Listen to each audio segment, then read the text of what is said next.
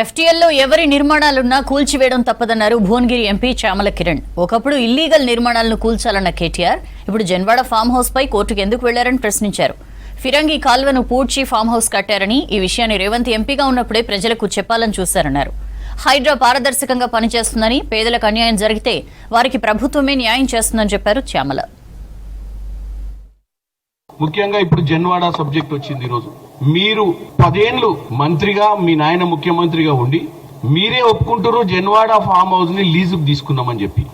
ఒక మున్సిపల్ శాఖ మంత్రిగా ఉండి జన్వాడలో ఉన్నటువంటి ఇల్లీగల్ కన్స్ట్రక్షన్ అయినటువంటి ఫామ్ హౌస్ ని లీజ్ కి తీసుకున్నా అని చెప్పడంలోనే అర్థమవుతుంది మీరు ఎంత గొప్ప పరిపాలనను తెలంగాణ ప్రజలకు అందించారు. ఒక కీలకమైన పదవిలో ఉండి మనం దాంట్లో ఉండాలనుకున్నా, దాన్ని లీజుకు తీసుకోవాలనుకున్నా నార్మల్ గా ఒక సామాన్యుడే దాన్ని 10 సార్లు ఆలోచిస్తాడు. అది ఇల్లీగలా, దాంట్లో ఉంటే ఏమన్నా సమస్యలు వచ్చి పడతాయా మీద అని. అంత బాధ్యత లేకుండా మీరు లీజుకు తీసుకున్నా అని చెప్పడం ఒకెత్తు.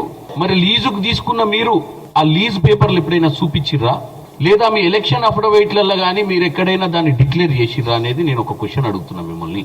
ఎందుకంటే మేము ఈరోజు మా ముఖ్యమంత్రి వర్యులు ఈరోజు ఇల్లీగల్ కన్స్ట్రక్షన్స్ ని హైడ్రా ద్వారా ఎఫ్టీఎల్లో బఫర్లో ఉన్నటువంటి ప్రాపర్టీస్ ని కూలగొట్టే ప్రయత్నంలో ఎంత ఇన్ఫ్లుయెన్స్ వచ్చినా, కాంగ్రెస్ పార్టీ నాయకులకు సంబంధించినవి ఉన్నా, ఎక్కడి నుంచి ఏ ఇన్ఫ్లుయెన్స్ వచ్చినా పట్టించుకోకుండా ఒక కార్యాచరణ తీసుకునే సమయంలో మీరు ఇల్లీగల్ గా ఉంటే కూలగొడితే నాకేమి ఆబ్జెక్షన్ లేదని చెప్తూనే మీ మిత్రులు, గతంలో రాజులు ఎవరైతే వ్యాపార సంబంధాలు మీతో ఉన్న వాళ్ళు మీకు అది కట్టించినట్టుగా మాకు ఆ రోజు అనిపించి, ఆ రోజు రేవంత్ రెడ్డి గారు దాన్ని బయటికి తీసుకొచ్చే ప్రయత్నం చేసిర్రు. ఎందుకంటే అక్కడ ఉన్నటువంటి చిన్న సముద్రం చెరువు ఫిరంగి కాలువను మీరు పూడ్చి 25 ఎకరాల భూమి, అది దాంట్లో మీరు ఫామ్ హౌస్ కట్టిన విషయాన్ని తెలంగాణ ప్రజలకు ఒక మెంబర్ ఆఫ్ పార్లమెంట్ గా ఉన్న రేవంత్ రెడ్డి గారు ప్రజల దృష్టికి తీసుకొస్తే ఓర్వలేక మీరు ఆ రోజు ఆయన మీద 151 సిఆర్సిసి కేసులు పెట్టి ఆయనను 15 రోజులు మీరు జైలుకు పంపించారు. చర్లపల్లికి జైలుకు పంపించడమే కాకుండా పైచాచిక నిందాన్ని పొందడానికి ఆయనను మీరు ఉగ్రవాదులు ఉండే సెల్ల పెట్టిరు.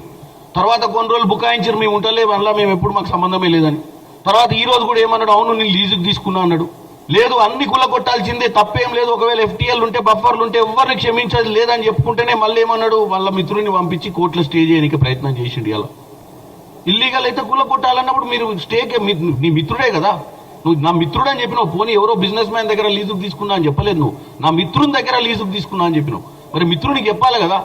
అది చెప్పకుండా నువ్వు స్టే ఆర్డర్కి ప్రయత్నించి ఈరోజు ఆ స్టే ఆర్డర్ కూడా రాలేదు.